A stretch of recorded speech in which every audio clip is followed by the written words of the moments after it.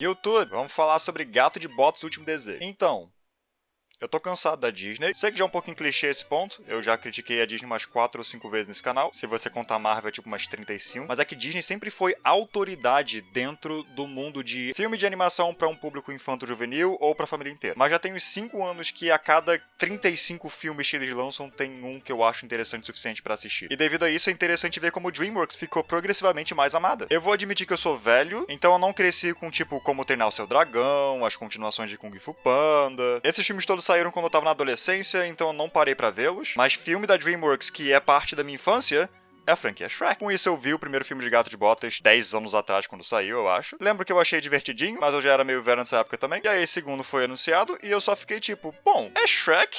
E eu vejo muita gente elogiando DreamWorks nesses últimos 10 anos que eu não tenho assistido muito DreamWorks. Então vamos ver, né? Parece divertidinho. Vai ser pelo menos nostálgico de eu rever personagens da minha infância. Vai ser legal, pô.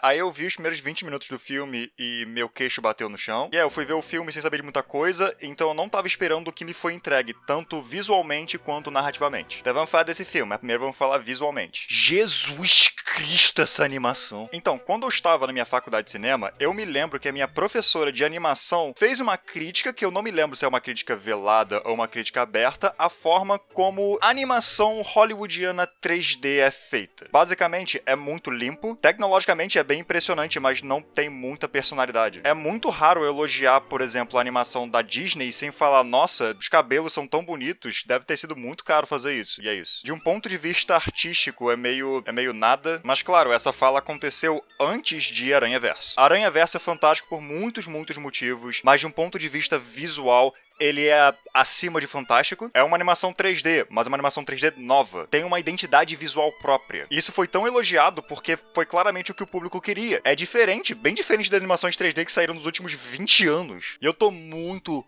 feliz que Gato de Botas decidiu pegar inspiração nisso. Só que sem copiar. Então com isso esse filme também tem uma identidade visual única. Isso é incrível. Os personagens e cenários são todos em 3D, só que tem muitos efeitos visuais em 2D na tela. Seja a faísca das espadas, se eu não me engano, a fumaça. É quase como o contrário que o anime faz, porque o anime pega a animação em 2D e bota um pós-processamento em 3D. Esse filme faz o completo oposto e fica muito legal e muito novo. Na real, deixa eu me corrigir e me clarificar aqui rapidinho. Não é exatamente que é em 2D. O que acontece é que esses efeitos extras são feitos de maneira cartunesca. Uma maneira cartunesca que não pertence ao universo de Gato de Botas. Então, mesmo que os efeitos sejam em 3D também, eles passam essa sensação de desenho em 2D. E isso é parte do motivo pelo qual esses efeitozinhos chamam tanto atenção e dão uma cara tão singular pro filme. Mas até a questão do 3D, se você for ignorar os efeitos extras que estão ali, ele é bonito e cheio de personalidade, e isso me faz lembrar do outro filme da DreamWorks que saiu recentemente, que eu não assisti, que foi Os Caras Maus. Eu vi algumas cenas aleatórias desse filme, alguns takes, alguns cortes, e eu só fiquei tipo, esse filme é muito bonito. A animação tem muita personalidade. Então fico feliz que a DreamWorks tá muito abraçando a ideia de dar personalidade pros seus filmes em 3D. Mas não é só a animação que é interessante aqui. A direção é fantástica também. Não é só as coisas se movem com fluidez e tiveram a boa ideia de colocar alguns efeitozinhos aqui e ali. Não. Visualmente, esse filme é do cacete. Não só tem algumas transiçõezinhas que ajudam muito com o tom cafona que o filme quer pegar, e é um cafona de propósito, até porque dentro da direção tem muitas referências a filmes western, então funciona perfeitamente. Mas também os cortes e planos em cada uma das cenas são fantásticos também. Sinto que direção em filme de animação mainstream é uma coisa que é empurrada um pouquinho pro canto. Vou dizer que talvez seja por causa daquilo que eu disse, a maioria das animações 3D são um pouco genéricas visualmente. Esse filme, não. Como eu disse, ele é cheio de personalidade. Os aspectos que o diretor decide se focar, a forma como a câmera se move de maneira dinâmica, as cenas de ação são tão boas, especialmente a inicial e até as pequenas pausas cômicas durante essas cenas de ação são fantásticas. Tudo parece ter um ritmo nessa introdução. A ação para quando a adrenalina tá no seu pico pra você poder respirar e já ir pra um próximo corte absurdo. E a maneira como música é integrada nessas partes também é fantástico. Isso aqui em particular vai ser uma coisa difícil de elogiar, mas movimento parece movimento. Quando tem algo se movendo rápido, algo está se movendo rápido. Não só porque tem as linhas de movimento na tela em 2D, o que é muito legal, como também pela maneira como os modelos de personagens ficam enquanto eles estão se movendo. Eu não vou conseguir falar de animação de maneira técnica aqui, mas só entendam, isso daqui é muito bonito visualmente. Eu acho que já vale a pena ver o filme por causa da beleza visual dele. E tem cenas lá pra frente também, são tão bonitas quanto isso. Tem algumas partes onde o cenário começa a mudar na frente dos personagens, e a forma como tudo gira e é criado do nada é bem inventivo, na verdade. Mas saindo agora um pouquinho desse aspecto visual e indo pra narrativa, já que é o que geralmente falamos aqui nesse canal, esse filme narrativamente é muito interessante também, especialmente, e eu digo isso de novo, nos seus primeiros 20 minutos. Que eu vou dar uma spoilada aqui porque é basicamente a premissa. Nós começamos com o Gato de Botas em uma festa, e essa festa acaba escalando pra um combate. Combate contra o prefeitozinho da cidade que ele está e depois contra um gigante. É uma excelente cena de ação pra iniciar o filme, mas também é uma excelente maneira de iniciar a narrativa do filme. Por mais que pareça que nada tá acontecendo, tem muita coisa acontecendo, muita coisa que vai ser quebrada em pouco tempo. O Gato de Botas trata a cena inteira de forma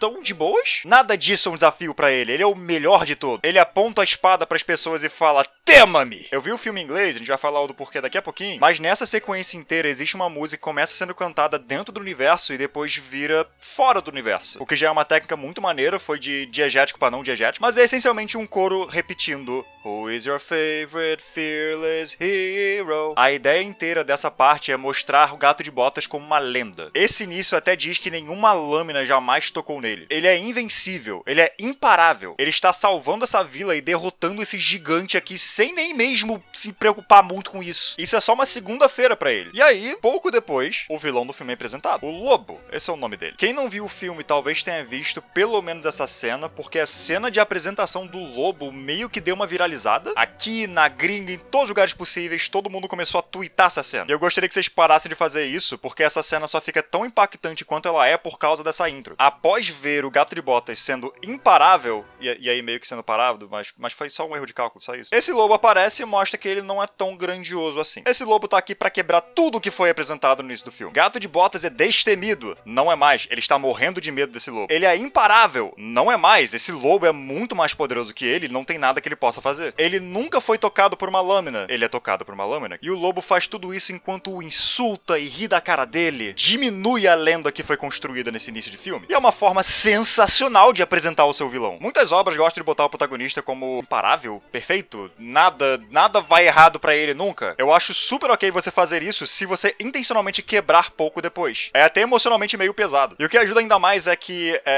essa porra desse lobo é aterrorizante. Então, eu assisti em inglês porque eu tinha visto que quem faz o vilão do filme é o Wagner Moura, dublando em inglês. Eu achei isso tão da hora que eu só meio que tive que ver, depois eu vejo o filme de novo em português, tá tudo bem? Wagner Moura manda ridiculamente bem como esse lobo. Seja pelo tom totalmente despreocupado dele, que ajuda no insulto contra o Gato de Botas, a voz um pouco rouca, o assovio, que eu não sei se foi ele, imagino que não tenha sido. Sonoramente, esse lobo tá perfeito. E aí, visualmente também. Ele é, entre aspas, gravado sempre de uma maneira muito ameaçadora. Baixo pra cima, apresentando a ideia de que ele é superior ao Gato de Botas, e o fato de ele ser muito mais alto também ajuda nisso. O vermelho que surge em alguns planos com ele, até suas armas, na verdade. O filme utiliza uma técnica legal de fazer com que ele bloqueie alguns ataques do Gato de Botas, de maneira com que o próprio Gato de Botas seja refletido na arma do lobo. É uma forma quase literal de falar: olhe pra você mesmo, você não tem como vencer nisso aqui. Além de significar algumas outras coisas que eu não posso falar porque é spoiler. E aí, após essa fantástica apresentação ao antagonista do filme, é deixado claro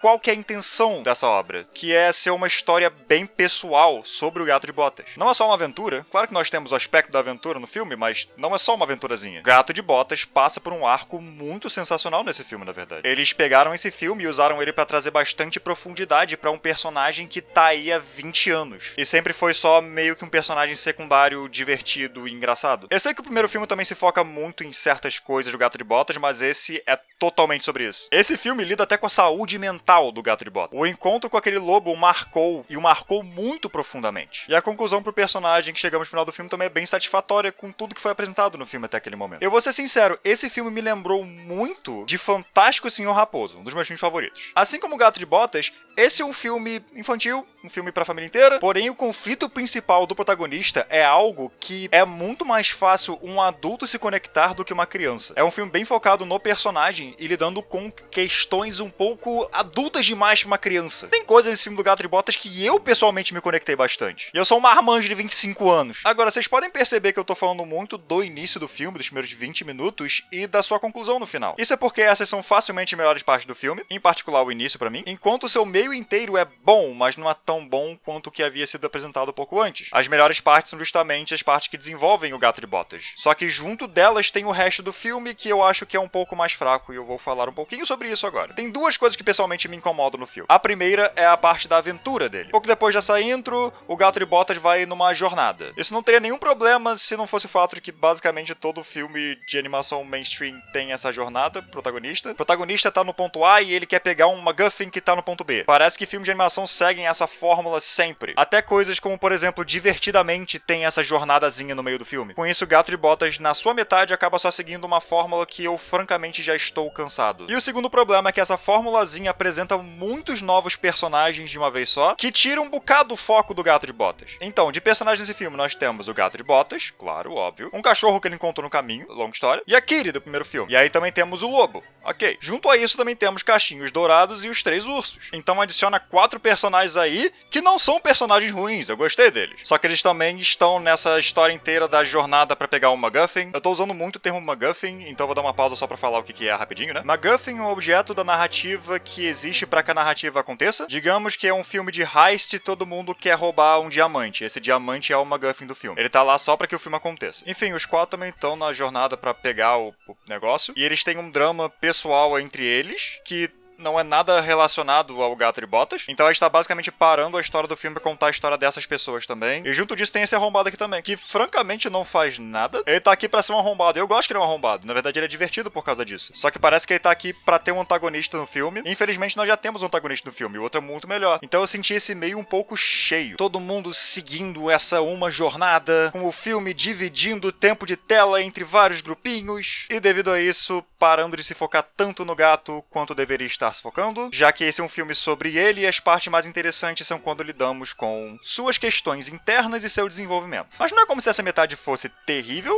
ela só é menos interessante que o início e o final do filme. É um bocado mais genérica. Geralmente, quando voltamos ao gato, nós temos uma cena fantástica. Quando ele não tá em tela, temos um filme animado com uma animação muito bonita. No fim das contas, esse filme é muito bom e ele me surpreendeu muito positivamente. É facilmente o melhor filme que eu já vi esse ano. Sim, ele foi o primeiro e único. Enfim, é isso. Muito obrigado por terem assistido. Muito obrigado a quem me apoia financeiramente pelo Apoia-se, aos membros do Seja Membro e quem me apoia financeiramente de qualquer maneira. Até a próxima e até!